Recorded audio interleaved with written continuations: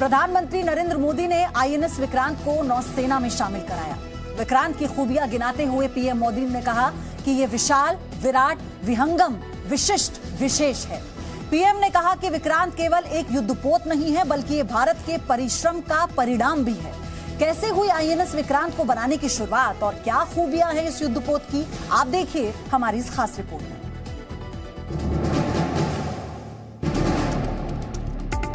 देश को आज अपना पहला स्वदेशी एयरक्राफ्ट कैरियर मिल गया है। आज आईएनएस विक्रांत भारतीय नौसेना के बेड़े में शामिल हो गया। प्रधानमंत्री मोदी ने कोचीन शिपयार्ड पर हुए औपचारिक समारोह में आज आईएनएस विक्रांत को नौसेना को सौंपा। भारतीय नौसेना में आईएनएस विक्रांत का भारत के समुद्री इतिहास में अब तक का सबसे बड़ा जंगी जहाज है आईएनएस विक्रांत। पीएम मोदी ने कहा कि केरल के समुद्री तट पर पूरा भारत एक नए भविष्य के सूर्योदय का साक्षी बन रहा है। आईएनएस विक्रांत पर हो रहा यह आयोजन विश्व क्षितिज पर भारत के बुलंद होते हौसले की हुंकार है। पीएम मोदी ने अपने संबोधन में जिक्र किया कि समंदर का ये सिकंदर कितना खास है।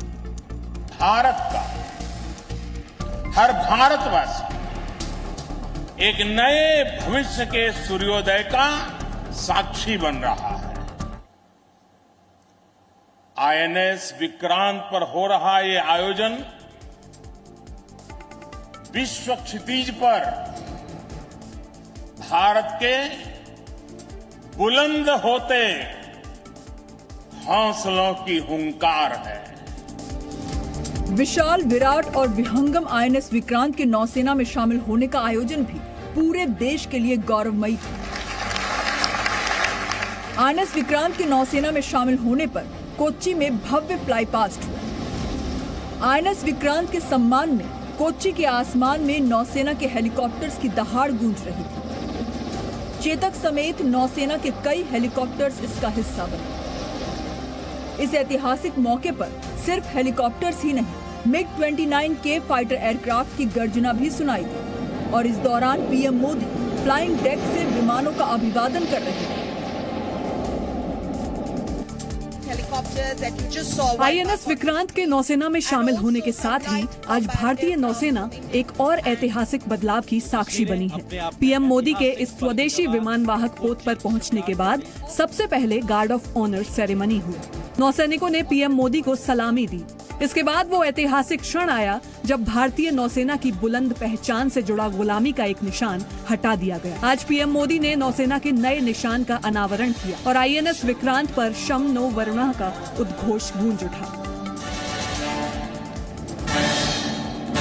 पीएम मोदी इसके बाद विक्रांत के फ्लाइंग डेक पर गए, जहां निशान समारोह का आयोजन किया गया और नौसेना के नए ध्वज को सलामी दी गई।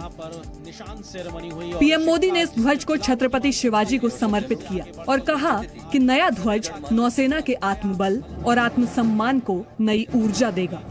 ये नया ध्वज नौसेना के जनक छत्रपति वीर शिवाजी महाराज को समर्पित करता हूँ। भारतीय नौसेना जिस ध्वज का इस्तेमाल कर रही थी वो अंग्रेजों की विरासत था। अंग्रेजी नौसेना अपने ध्वज यानी निशान इंसाइन में सेंट जॉर्ज क्रॉस का इस्तेमाल करती थी।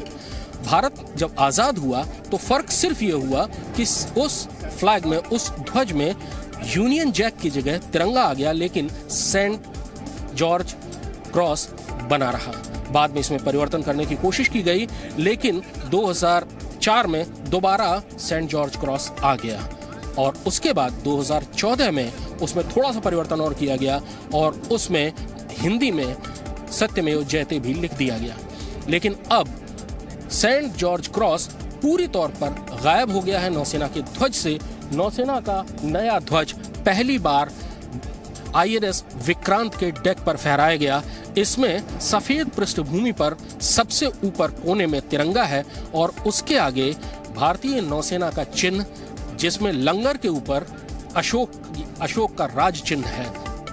कितना बड़ा कदम मानते हैं, कितनी बड़ी रक्षा क्षेत्र में आत्मनिर्भरता के लिए कितना ये बड़ी चीज? ये बहुत ही ऐतिहासिक क्षण है भारत के लिए कि एक इंडिजिनस एयरक्राफ्ट कैरियर भारतीय स्वदेशी बनाया गया है, जिसके कारण हमें इतनी स्ट्रेंथ और मजबूती मिलेगी कि हम हिंद महासागर में एक ऐसी नौसेना है जिसके पास रीजनल स्टेबिलिटी और पीस करने की क्षमता है।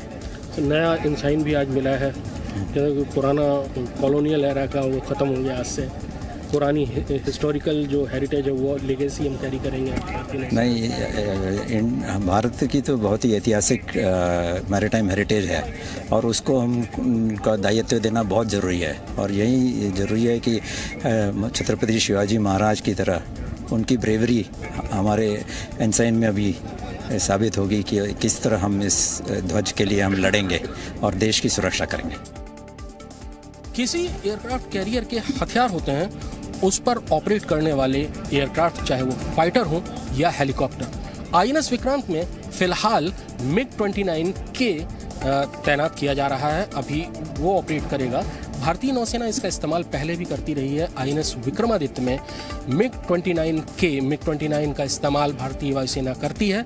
ये उसका नेवल वर्जन है MiG-29K। बहुत ही ताकतवर एयरक्राफ्ट, बहुत ही शानदार हथियारों से लदा हुआ इस समय आप देख रहे हैं। इसमें एयर टू ग्राउंड मिसाइल्स भी हैं और एयर टू एयर मिसाइल भी, यानी एयरक्राफ्ट कैरियर से उड़कर ये किसी ज़मीनी ठिकाने पर हमला कर सकता है, दुश्मन के इलाके को तहस नहस कर सकता है। साथ ही अगर दुश्मन का फाइटर जेट भी आ रहा हो तो उससे भी आसमान में ही मुकाबला कर सकता है। MiG-29K अभी आईएनएस विक्रमादित्य में काम कर रहे हैं, उसके बाद अब इनको आईएनएस विक्रांत से भी ऑपरेट किया जाएगा। कामोव हेलीकॉप्टर भी बहुत सक्सेसफुल हेलीकॉप्टर है, भारतीय नौसेना इसका लंबे समय से इस्तेमाल करती रही है। खास तौर पर अगर आप इसके रोटर्स देखें, यानी इसके जो पंखे देखें, ये खास तौर पर आप देखेंगे कि पूरे के पूरे फोल्ड हैं।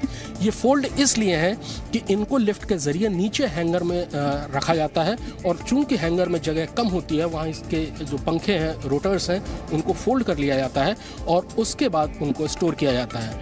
आईएनएस विक्रांत के हैंगर में 20 फाइटर जेट्स या 10 हेलीकॉप्टर्स रखने की सुविधा है, यानी कुल 30 एयरक्राफ्ट से ऑपरेट कर सकते हैं, चाहे वो हेलीकॉप्टर और फाइटर जेट्स का कोई भी कॉम्बिनेशन बनाकर। फिलहाल इसमें तैनाती भारतीय जो एडवांस लाइट हेलीकॉप्टर ALH है उसकी भी होगी, जो कि बगल में खड़ा हुआ है। इसके अलावा भविष्य में इसमें रोमियो हेलीकॉप्टर, जिनको भारतीय नौसेना ने हाल में ही हासिल किया है, अभी उनकी कमीशनिंग होने बाकी है, उनका इस्तेमाल भी इस एयरक्राफ्ट कैरियर से किया जा सकता है।